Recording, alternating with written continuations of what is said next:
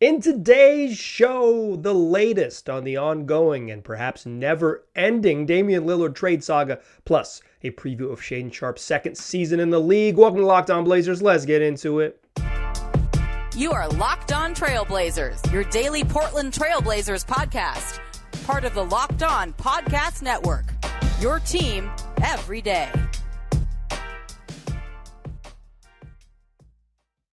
What up, world? It's your past first point guard and Trailblazers reporter, Mike Richmond. You are listening to another episode of Locked On Blazers, part of the Locked On Podcast Network, available wherever you get podcasts and also on YouTube. Thanks for making this show your first listen, coming at you 5 days a week, Monday through Friday. So tell your friends and make it a part of your daily routine. Make it your first listen. Locked On Blazers, your team every day. In today's show, we got a fun one for you, the latest on the Damian Lillard trade saga stuff. What folks are saying as we get closer, about 2 weeks out from the start of training camp. 2 weeks as you are listening to this one. This is September 19th show, Tuesday, September 19th show. We're back 5 days a week, and we're back at that lovely time of year when if you do a podcast every day, you are in danger of having something with a short shelf life. The way the reporting with the Damian Lillard stuff works is it's going to be quick, right? So I'm going to tell you everything I know now, and then when more stuff happens, we'll talk about it later in the week. So what I want to do to begin the show, to close the show, we'll continue our player previews. We're counting down every player on the roster, giving you a preview of what they're going to bring to the team as we head up to training camp. Today we're talking Shaedon Sharpe, the second in our installment of the Locked On Blazers countdown to tip-off. So join us in for the later second half of the show for that one. But let's start with Damian Lillard, who is a member of the Portland Trailblazers as I am recording this. But according to folks who are plugged in the world, not surprisingly, as we get closer to training camp, the Blazers are engaging the rest of the league in talks with potentially and probably eventually trading Damian Lillard. The sort of timeline is still very broad. It could be now, could be a long time from now. But if you're a long-time listener to this show, you know that I was, if you're a regular listener all summer, I was saying, I've kind of been, and let me just I'll tell you where I got it wrong, where I got it right. Where I got it wrong is that in July, I thought this was going to be something that happened during the sort of free agency period. In the first 3 weeks of July, I thought the Blazers and Dame would find a resolution. He would be traded. I was obviously wrong about that.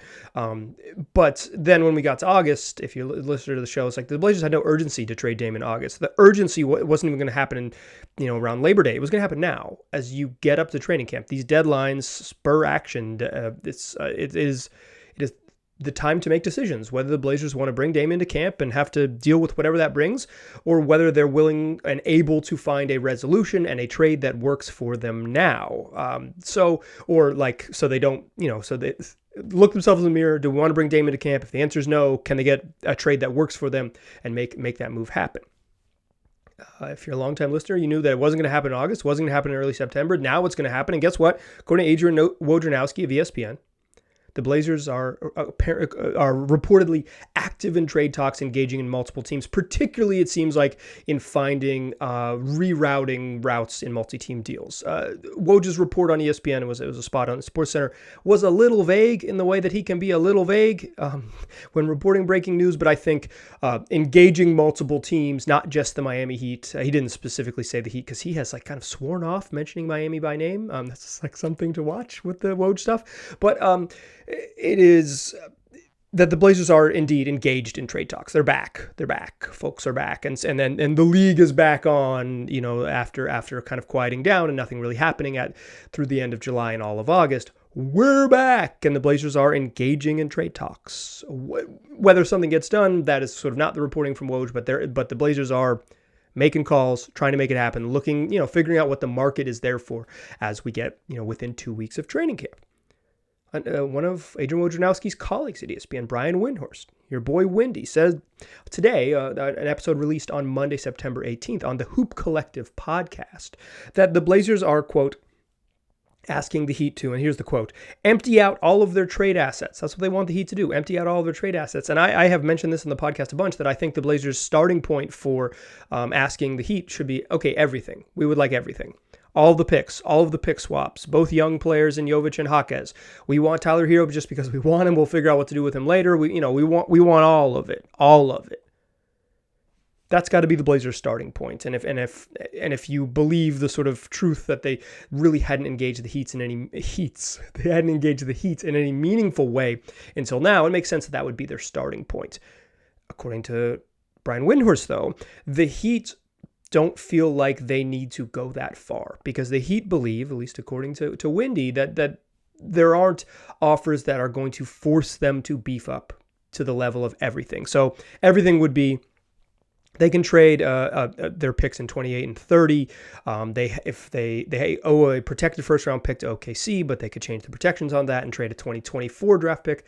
That pick's going to stink, but the Blazers are going to want it anyways. Isn't the right thing to do for ask for it. Once you do that and you're getting 24, 28, and 30, you can give picks in 20 swaps rather in 25 and 27. So like, ask for it all, then ask for all of the parts, Jovic and Jaquez, and whether you prefer Lowry, who was at a football game with Chauncey Billups over the weekend. Is that meaningful?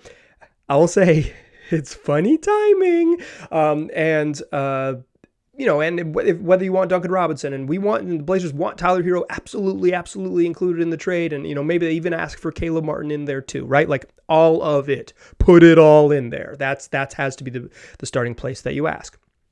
But according to Wendy, the Heat, don't feel compelled to put all of the chips into the middle of the table right now. 2 weeks out, when the Heat get closer to training camp, maybe they'll change their mind. Maybe they're hoping that the Blazers don't find another trade partner out there, and so then they have to come off their ask because they're ready to have a resolution. This is the negotiating period. We've reached the period where there's actual negotiating, and so thus people who break news know that there is actual negotiating going on. And on that same front, Mark Spears of ESPN and Andscape reports that quote, another Eastern Conference team, the Blazers have received interest from Damian Lillard in another Eastern Conference team, and in this, it was on NBA Today on ESPN on a show hosted by Malika Andrews, Portland's own, UP zone. She's from Oakland. UP zone. Go Pilots. Spears says there's another Eastern Conference team that has sort of engaged the Blazers or registered interest in trading for Damian Lillard, but Spears declined to name that team. I read that one of two ways. That some combination of Philly, Brooklyn, or Toronto is actually considering what they can push into the pile to trade for Damian Lillard. Philly, not much. Brooklyn has appealing picks, but not like the greatest picks. I don't think those Phoenix picks are super, super good, but they for sure have them. So like ask for them. They've got picks. And Toronto has, if they're willing to trade Scotty Barnes, they've got the shiniest piece available, but like whatever it might be. Those Eastern Conference teams, I'm not reporting that there, I'm just guessing. It's like the type of teams that would trade for Dame, right? It needs to be a team that can convince themselves with Damian Lillard in hand, we can compete for a championship over the next 2 seasons. That's like the exact flavor of team that would trade for Dame. Those teams seem to make the most sense among, quote, Eastern Conference teams. You could read this one of two ways from Spears. One, and I should say this is sort of this time of year. I'm not questioning Spears hearing this or his reporting at all. I'm not by any means calling it false or incorrect or anything like that. Dude's plugged in. He knows a bunch of stuff. Had to sit down with Damian Lillard earlier this summer. Like he's in the game. A veteran, I believe a Hall of Famer and media Hall of Famer, Mark Spears. I read this one of two ways though. One, so there is truly interest from Philly, Brooklyn, Toronto, Boston, whatever it might be. And two, wouldn't it be nice for the Blazers if there was another team that was legitimately interested in Damian Lillard? And so why you're hearing this is because it is valuable for the Blazers to have it out there that there is more than one team registering real concrete interest in Damian Lillard. And if you hear that, and don't hear a specific team, to me that has, rarely does the mystery team swoop in. Often the mystery team drives up or drives down the asking price. And I think in this case, for the Blazers, obviously it'd be way, way better if there were multiple suitors that were legitimately interested in Dame. And then you could go to Miami and say, we'll trade him to Toronto. We don't care. And then Miami does have to put all of their trade chips in. And Toronto was never really interested anyways, but you were able to leverage that sort of interest or idea of that interest was out there. So that's the latest on Dame. I'll say this. I had been very confident in July that a trade was going to get done before training camp. I've kind of maintained that I do think a trade will get done before training camp. And it was getting dicier over the last few weeks when like the league was radio silent and the Blazers were radio silent. I still kind of think a trade gets done before training camp, but certainly the Blazers don't have to. They don't have to. That's absolutely not how this works. But it does feel like there's momentum picking up in that direction, and there's been some reporting from Miami local reporters that there's been talks between the two teams, and as Wendy reported, it's clear there've been talks between the two teams. I think this still ends with Damian Lillard getting traded to the Miami Heat before training camp, but we shall see. Certainly, if I was wrong in July, I could be wrong in September. That's how it works. And guess what? I'm the type of person that will gladly tell you that I was wrong, and I probably won't toot my horn too loud if I was right. That's just how the show works. Okay, let's. That's enough, Dame. Right? That's enough, Dame. Let's talk about Shaedon Sharpe. He's the Blazers' biggest breakout candidate on the whole roster is year 2 Shaedon Sharpe, sophomore year Sharpe. Let's talk about what that's going to look like. Look back on what he did this season and his first season, and look ahead at what might be coming our way with Shaedon Sharpe in year 2. Before we do that, let's talk about FanDuel, America's #1 sports book. Look, the NFL season is here, and it is an awesome time to snap into action with America's #1 sportsbook. That's FanDuel. Because right now, new customers get $200 in bonus bets guaranteed when you place a $5 bet. That's $200 in bonus bets, win or lose. So if you've been thinking about joining FanDuel, there's no better time to get in on the action. The app is easy to use. It's safe and secure. When you win, you get your money quickly. And there's a wide range of betting options, including spreads, including player props, including over-unders, and a whole bunch more. So visit FanDuel.com/LockedOn and kick off the NFL season. That's FanDuel, an official partner of the NFL. All right. So we talked Damian Lillard. Now let's shift gears and do our season previews. This is the second installment of our third annual Locked On Blazers countdown to tip-off, running down every player on the roster, giving you a brief but thorough look at what they'll bring to the Blazers, look at how they performed last season, talk best and worst case scenarios for the upcoming year, and then finish the show with expectations and discussions of a likely role with the Blazers. If you missed our first one, we did Jeremy Grant last week. Check your feed to catch up, or if you're a YouTube watcher, there is a playlist, season previews. You can watch that Jeremy Grant video to get all caught up. Today, we are soaring with ease, talking all things Shaedon Sharpe. Sharpe, the number 7 overall pick in the draft as a rookie, averaged 9.9 points, 3 boards, 1.2 assists, and 22.2 minutes per game. He appeared in 80 games, shot 47% from the floor, 36% from 3, and 71.5% from the free throw line. I think the way to do this with Sharpe is to draw some lines, some demarcations in his season. These are a bit arbitrary, but I think they help you understand the various Shaedon Sharpes we saw last year. Through his first 11 games, Sharpe was playing real minutes, 21 a night, as a rookie, immediately in the rotation on night 1. There was some debate coming out of camp whether he was going to play at all. And Chauncey Billups said, I'm absolutely going to play this dude. He's too good to not play.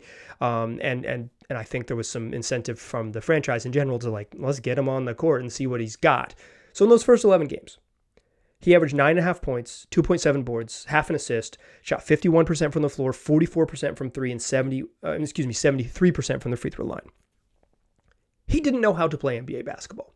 He made the jump from playing, high school AAU, the high-level AAU tournaments of the high school circuit. Didn't play in college, practiced a little bit with Kentucky, but didn't play in college. And then makes the jump to the league. And it was clear, and he didn't play in summer league because he got hurt right away, 4 minutes into summer league. So it's like he just hadn't played professional basketball. And it was clear in those first 11 games, he didn't know how to play professional basketball. He was having trouble just being ready on the catch. He was getting beat on defense. He looked young, and he was shooting 52% from the floor and 44% from 3. It was like, this dude doesn't know how to play, and he's this good. What's he going to look like when he figures out what he's doing? It was so clear in those first 11 games, the obvious struggles of a teenager making a massive jump, and then just really, really, really talented basketball player. And then he hurt his thumb. He fractured a bone in his thumb on November 28th against the Charlotte Hornets. Misses the next game. His only game he's going to miss before they had to hold him out. And he comes back from that injury, and he just can't shoot for basically 6 weeks. From that moment, so basically the end of the very, very last day of November through the end of December, through the end of the year, basically 5 weeks, a little over 5 weeks. He played 18 minutes a night, 19 minutes a night. So no real reduction in his minutes from 21 to 19, but like no real reduction in his minutes. 6.8 points, 2.3 boards, 44% from the floor, 30% from three, 56% from the free throw line. This was like the awards push, right? Like this is why he didn't end up in the Rising Stars game. It's why he didn't participate in the dunk contest. This was the stretch where he just struggled and looked young. And I think the stuff I talked about, the defense and the sort of being shot ready and all of those things, like he just floating on the perimeter, kind of not making reads, not knowing, he wouldn't have his feet ready under him, right? He wouldn't load up his feet under him. And then when he would catch it, because his feet weren't loaded up under them, he'd either have to put the ball on the ground, he doesn't have a super strong handle, or he'd have to get his feet ready and shoot, and then you're taking a harder shot because you're not shot ready on the catch. And then you're getting into turnovers, you're getting into more difficult shots, and it's like he has some real skills, but his brain was slower than his body, because he was still, during this stretch when he was struggling, once a week he was having just like, he would throw down a dunk or a putback dunk or make a cut and dunk in the half court, or get a dunk, like a steal and a dunk in transition, where it's like, oh, okay. Like I don't think I've ever seen someone jump that high, but he was struggling. So then we get the year flips to January, play 36 games from January through the All-Star break in February and until the March 19th. This was until the Blazers kind of punted on the season, March 22nd, and that was Shaedon's first start. But so the next 36 games, January through the third week of March, or into the third week of March, I should say, he just, like, Shaedon started to figure it out. There's something kind of clicked in early February, started to get it going. Average 8 points, 2.5 boards, to playing 21 minutes, 48.5% from the floor. All of a sudden, up from 45 to 49%, 36% from three, down from 30 during that December stretch after he hurt his thumb, up to 36%, like slightly above average, and from 56% from the free throw line to 70% from the free throw line. It's like he just is more comfortable. Then he starts.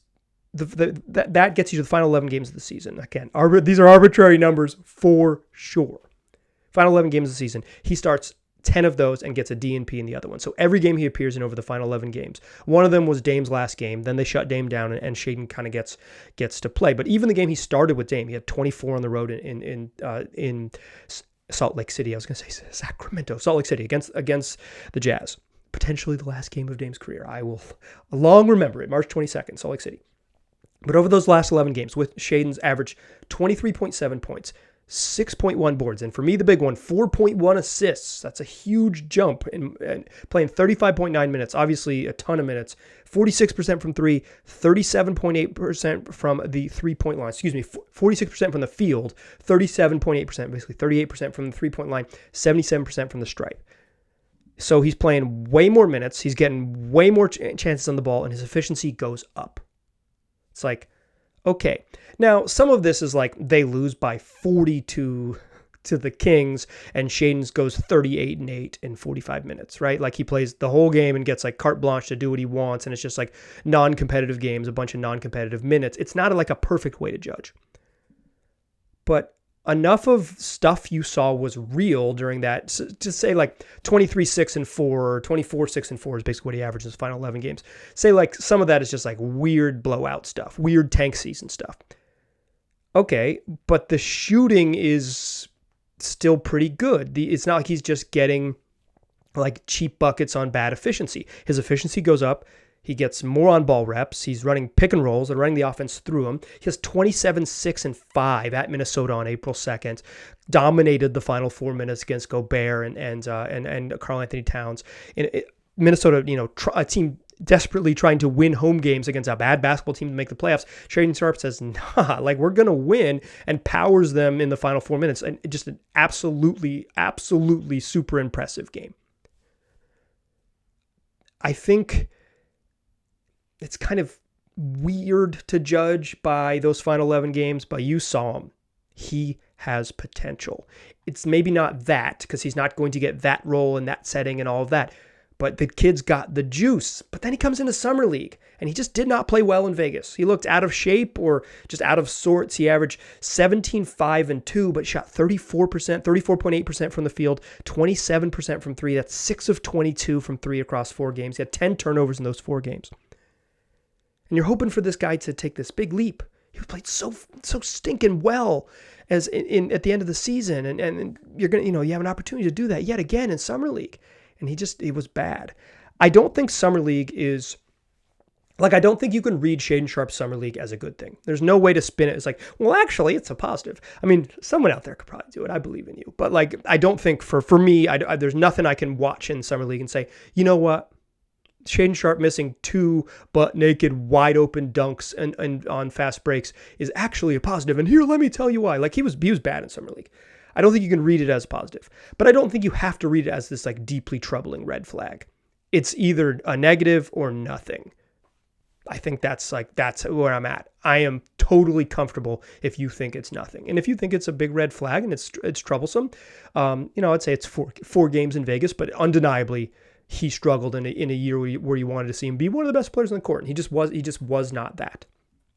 So after that first year that started with not playing in Summer League and ended with playing poorly in Summer League for the Portland Trail Blazers, what has Shaedon Sharpe got in store for us in year 2? That's what I want to talk about to close the show. The best and worst case scenario for Shaedon Sharpe, what that looks like, and what his role is going to be with the Blazers during his second season.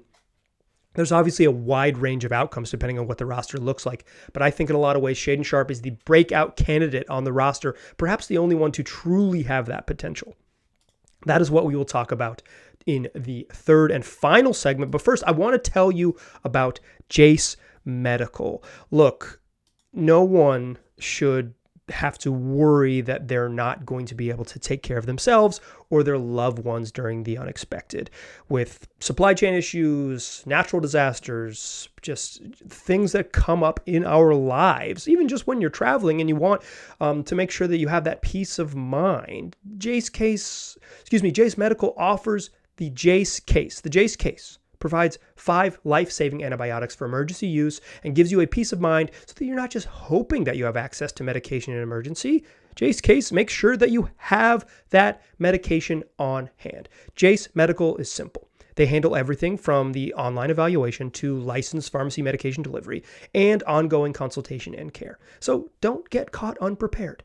Save more than $360 by getting all of these life-saving antibiotics with Jase Medical, plus an additional $20 off by using the code LOCKEDON at checkout on jasemedical.com. That's JASE medical.com, and the promo code is LOCKEDON. All right.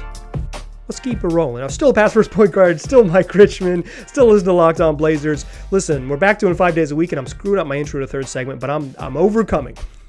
Keep it rolling. Let's keep it rolling talking Shaedon Sharpe.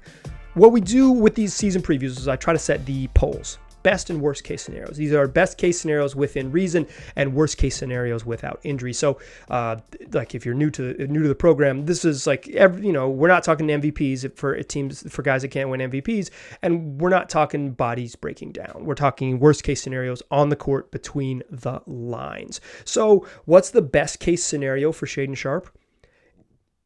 It's that he's a no doubt about it legitimate NBA wing at 20 years old. The best case scenario probably isn't that he averages 27, 6, and 4 like he did at the end of the season, but something in the range of 18 and 5 on above average shooting, and that he continues to show the progress that he made as a defender from being a truly terrible one early in his career in a very believable way that a 19-year-old would, to showing that he has at least the tools to be a pretty good defensive player if he can figure out kind of just the patterns of NBA offenses. He's strong. He's got good anticipation. He's got fast hands. He's a good shot blocker as a help side player. He gets in passing lanes with anticipation. He has the tools to be, in a best case scenario, someone who averages 18 and 5 with above average defense as a 20-year-old in the league. That would be one heck of an outcome. The best case scenario is that Shaedon Sharpe, before he can take a legal drink here in the United States, he can go to Canada and have a beer. Go for it, bud. He's in Toronto in the offseason. Drink away until you come back south of the border. But the best case scenario is that before his 21st birthday, he's a legitimate NBA wing. You might say, Mike, the best case scenario is that he wins MIP. Let me be clear on this. I don't think players like Shaedon Sharpe should be in the conversation for most improved. If you are a second-year player who went in the top 10, you are supposed to improve. You're supposed to improve. When John Morant won most improved player, I think it's weird. He was the number 2 overall pick. You're supposed to get good. The most improved to me is for Lauri Markkanens, right? Guys who have been in the league a long time, sign multiple contracts, and then have that career year improve, not just in a way that is very believable to like, hey, you were drafted to be good, but like, hey, it took you a little while and you figured it out. It's the sort of Hedo Turkoglu, Kevin Love first time All-Star MVP or MIP award. So I am specifically not mentioning best case scenario for Shaedon Sharpe winning the most improved player award because I do not think he should be in the conversation for it. But the best case scenario for him is that he is a legitimate NBA wing, that he's just like, this dude can play at the hardest position to find good players. He's 6'6" with great athleticism. He can shoot. He can defend a little bit. He showed an improvement as a playmaker, and he continues on that path. The best case scenario is that Shaedon Sharpe is just legit. You don't have to worry about him. You get to fantasize about him taking the next big leap from legitimate NBA starter rotation player to just like a really good starting 2 guard in the league. That's what we'll do next year if he hits his best case scenario. So what's the worst case scenario? It's that progress and development is neither guaranteed nor linear. And so while Sharpe has flashes of being that legitimate NBA wing, those are the peaks, and the valleys are a guy who's still kind of figuring it out because as NBA teams get more comfortable with him, the scouting report might catch up to his skill set. The worst case scenario is that a guy who doesn't have as explosive a first step as I would have personally guessed when he was first coming into the league, and a guy who doesn't have a very strong handle, that his athleticism is best served as an off-ball piece and not a true slasher to the rim. The worst case scenario is that he is still a developmental part and that he is a net negative because in a way that so many young players his age are not ready to be positive high-level contributors in the league. He is not ready to be a positive high-level contributor in the league. The worst case scenario is that Shaedon Sharpe looks like a 20-year-old playing in the NBA. It happens. The worst case scenario is, to be quite honest, it has a much more likely chance of hitting just because that's how development works in the league. That said, I think more than any other player on the roster, the polls between best case and worst case scenario are wider than heck for Sharpe. Last year he averaged 9 points in 80 games and shot 36% from 3. I think there's a worst case scenario where he averages like 12 points and shoots 45% from the floor and 36% from 3 again, right? Like he has a really similar stats because he was playing 22 minutes a night last year. There's a chance, he's playing 22 minutes a night last year. There's a chance he plays, 24, right? He doesn't take a big jump because he already had a relatively significant role. I think there's a worst case scenario where it looks a lot like year 2 or year 2 looks a lot like year 1. But I think unlike any other player in the roster, there is a breakout potential from Sharpe where it's like, oh, he averages 18 and 5 and he could do more if there was room for him. I don't think anyone else on the roster, when we run down this, and I've kind of organized them in my head how I'm going to do them, when I'm going to do them, and no one else I'm going to pick to have a wider split between worst case and best case scenario. To be clear, I don't think the worst case scenario for a 20-year-old is reason to panic. Like, if Sharpe struggles to be a little bit better in year 2, it's not that big of a deal. You want to see incremental steps of him learning to play, but if he has those peaks and valleys and it's like, he doesn't really figure it all out and he has another, 15 games at the end of the year where it's like, oh, he looked a lot better. There's no reason to panic, right?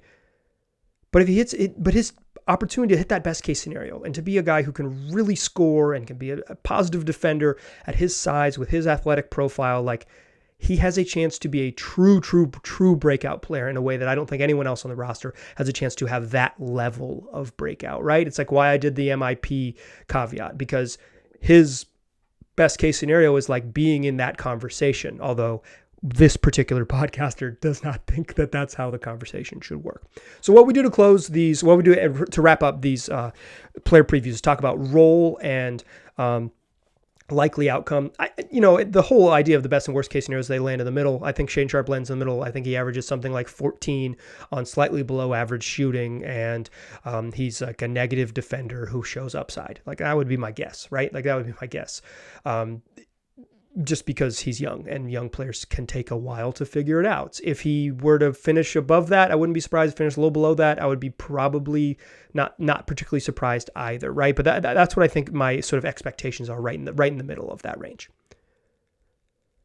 Like I said, they're pretty wide polls. It's like 11 points per game, 18 and MIP conversation type of stuff. But his role is more confusing than that, because if Damian Lillard is on the roster, it's hard to find Shaedon Sharpe real minutes. Like you can find him minutes, right? You can find him minutes. Dame's going to play 35. Ant's going to play about that much. They're going to try to play Scoot 25 plus minutes a night. That's a lot of minutes already at the guard spots that are spoken for. You can find Shaedon Sharpe some minutes as the fourth guard a little bit, but it's not a ton. There's minutes for him to play backup 3 behind Matisse Thybulle, right? You could find a way for him to play 30 minutes a night, but it's a lot of 3-guard lineups that aren't great. And it also means probably squeezing Nassir Little out of the rotation entirely, or moving him up to power forward almost exclusively, a spot where I think Jabari Walker is going to play a bunch of minutes. If Dame's on the roster, it's not impossible for Sharpe to play 28 minutes a night or 25 and some change minutes a night. Like the math is relatively easy, but in terms of like the fit, I think Shaedon Sharpe's pretty clearly like the prototypical NBA 2. Is he capable of playing 3? Sure. But the Blazers playing a prototypical NBA 2 at small forward is like a dance we have seen before, and I'm not necessarily super excited to watch that again. But my excitement should not matter. But if Dame's not on the roster and whoever they bring back isn't going to, the Tyler Heroes and Kyle Lowrys either play for another team or don't play, there are minutes to be had for Sharpe to play 33 plus and play a lot of them at 2, where I think his natural position is, and then play a little bit at small forward, 6 or 8 minutes a night in 3-guard lineups, and maybe and if he figures it out, maybe let him close. Is there a world in which Shaedon Sharpe can be an NBA 3 in the future? Absolutely. But I don't think you want to bank on that and have only his minutes really be available at 20. I think that's just like, you're just not going to maximize what he can do, right? And you want to put him in a good spot so you can get the most out of him. Regardless of what the roster looks like, Dame or no Dame on opening night or opening however long Dame is around, it's not like Shaedon won't play. I think that would be silly to paint it as such, but it does make it, I don't know, it does make it slightly more complicated for him to find natural minutes, and you're kind of going to be shoehorning him in there in lineups that don't make as much sense. That's our Shaedon Sharpe preview. That's our Dame update. That's our episode. Come back. We are going to do it tomorrow. How fun is that? Tomorrow's episode, I already mentioned him.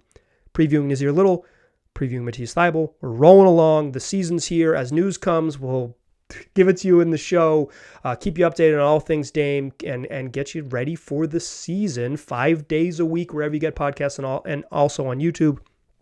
Do me a favor. We're back. Tell your buddies. You have a Blazer buddy. Say, hey, Blazer buddy, I listen to Locked On Blazers.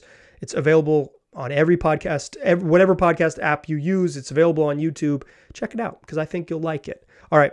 Come back tomorrow. Matisse, Nassir Little, more fun. I appreciate you listening. I'll talk to you soon.